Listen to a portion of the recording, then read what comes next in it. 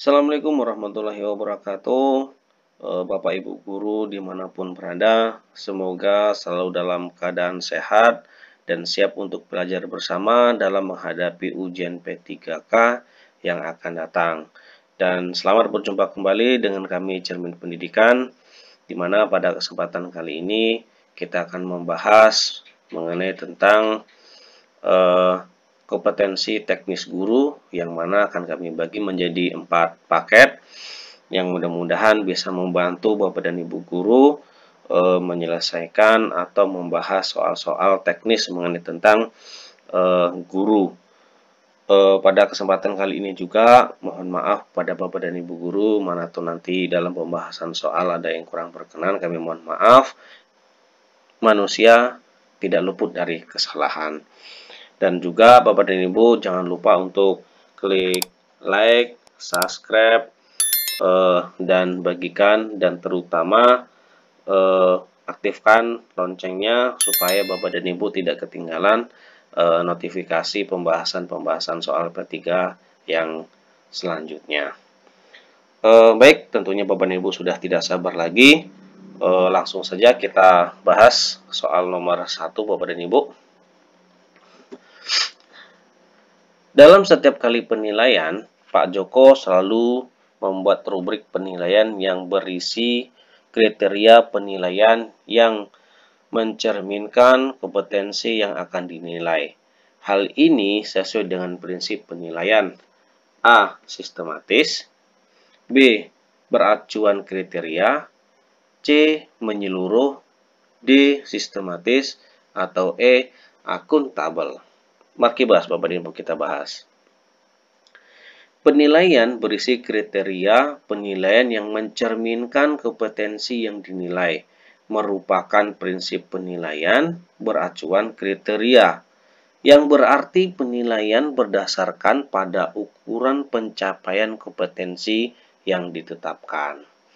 Nah, kesimpulannya untuk menjawab nomor 1 adalah beracuan kepada kriteria. Karena Pak Joko tadi membuat rubrik penilaian sesuai dengan kompetensi yang akan dinilai. Lanjut, nomor 2, boleh Ibu. Pagi ini penyerahan rapot untuk siswa SMP Mekarsari. Bu Neni adalah guru matematika di SMP tersebut. Saat sehabis pembagian rapot, tiba-tiba Ibu Neni didatangi oleh orang tua murid sambil marah-marah dan menggerutu karena nilai anaknya jelek. Padahal menurutnya anaknya adalah siswa yang pintar. Bu Neni kemudian menjelaskan teknik, prosedur, dan hasil pengolahan nilainya dari nilai harian, PTS, dan PAS, serta nilai sikap siswa dengan buku catatan penilaian yang lengkap.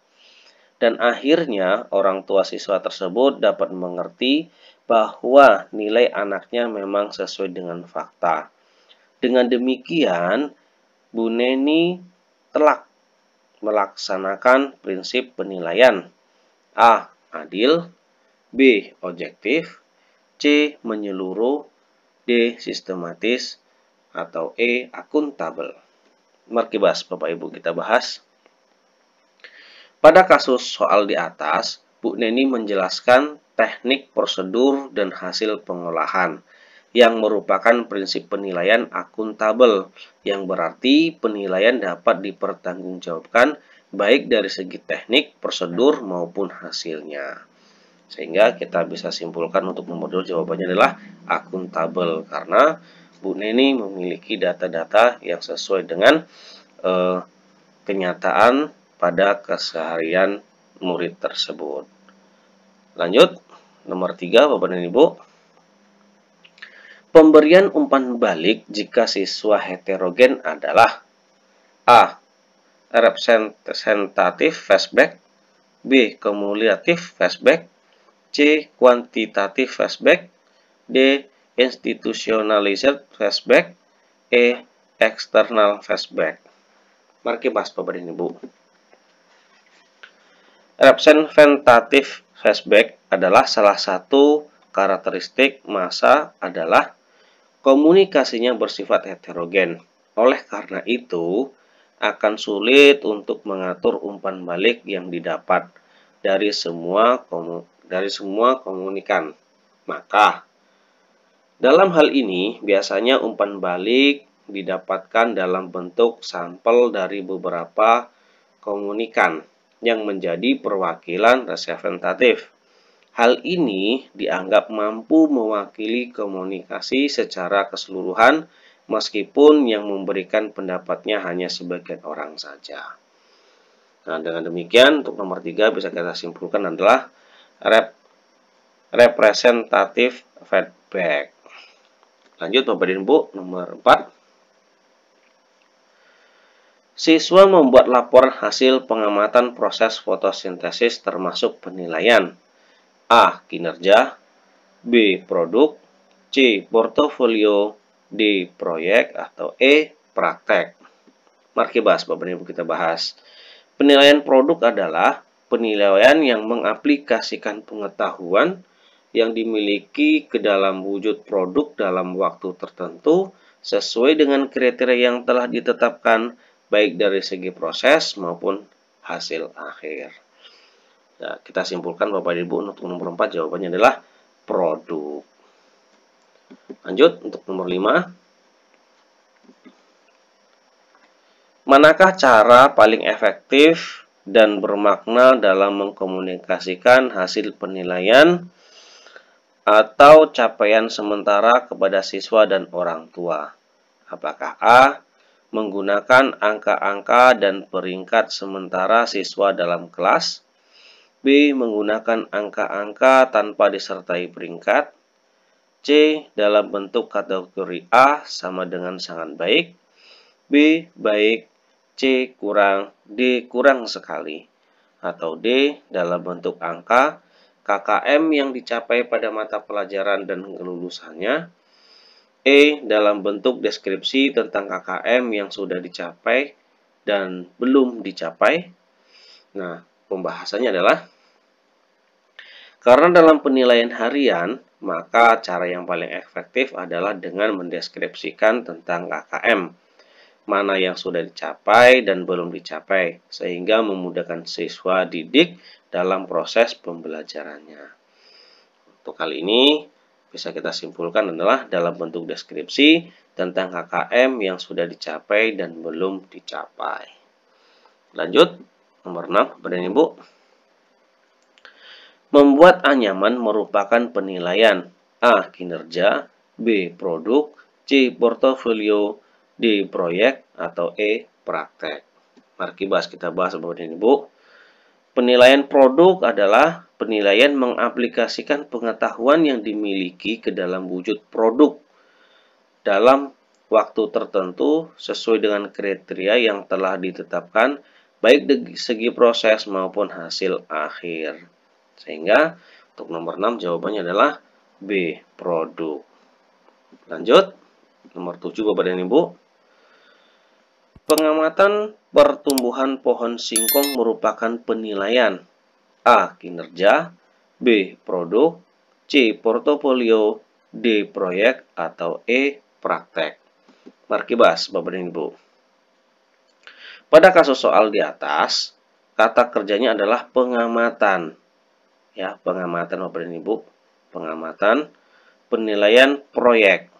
Bertujuan untuk mengembangkan dan memonitor keterampilan siswa dalam merencanakan, menyelidiki, dan menganalisis proyek, mengamati, mendiagnosis, mencari hubungan, mengeksplorasi, menyelidiki, menginvestigasi, memecahkan masalah.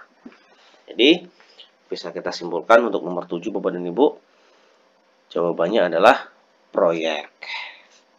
Lanjut, nomor 8. Penilaian harus mampu menelusuri dan melacak kemajuan siswa sesuai dengan terencana pembelajaran yang telah ditetapkan ini. Prinsip penilaian sebagai A.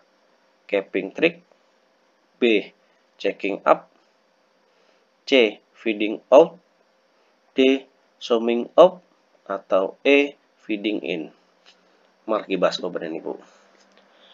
Prinsip keeping track yaitu harus mampu menelusuri dan melacak kemajuan siswa sesuai dengan rencana pembelajaran yang telah ditetapkan.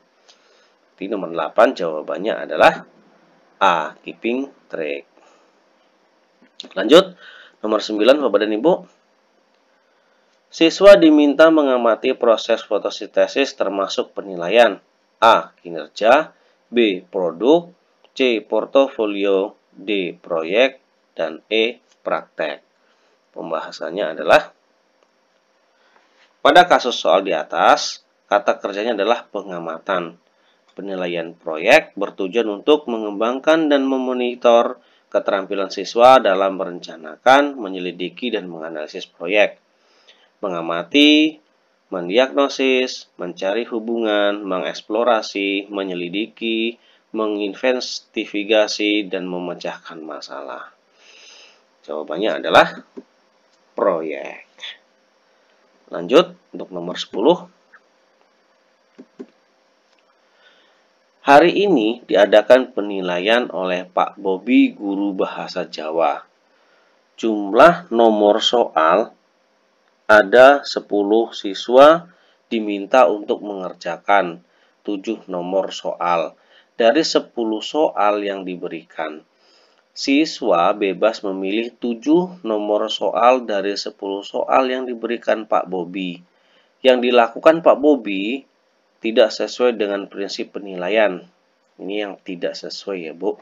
Pak, apakah A. Adil, B. Objektif, C. Menyeluruh, D. Sistematis, atau E. Beracuan kriteria. Mari kibas Bapak dan Ibu kita bahas. Dalam kasus di atas telah terjadi keadilan dalam pengerjaan siswa. Karena tidak adanya subjek, maka pilihan yang tepat adalah adil. Adil berarti penilaian tidak menguntungkan atau merugikan peserta didik karena berkebutuhan khusus serta perbedaan latar belakang agama, suku, budaya, dan lain-lain. Sehingga bisa kita simpulkan nomor 10 jawabannya adalah adil. Demikian Bapak dan Ibu untuk kompetensi teknis guru paket 1 ini.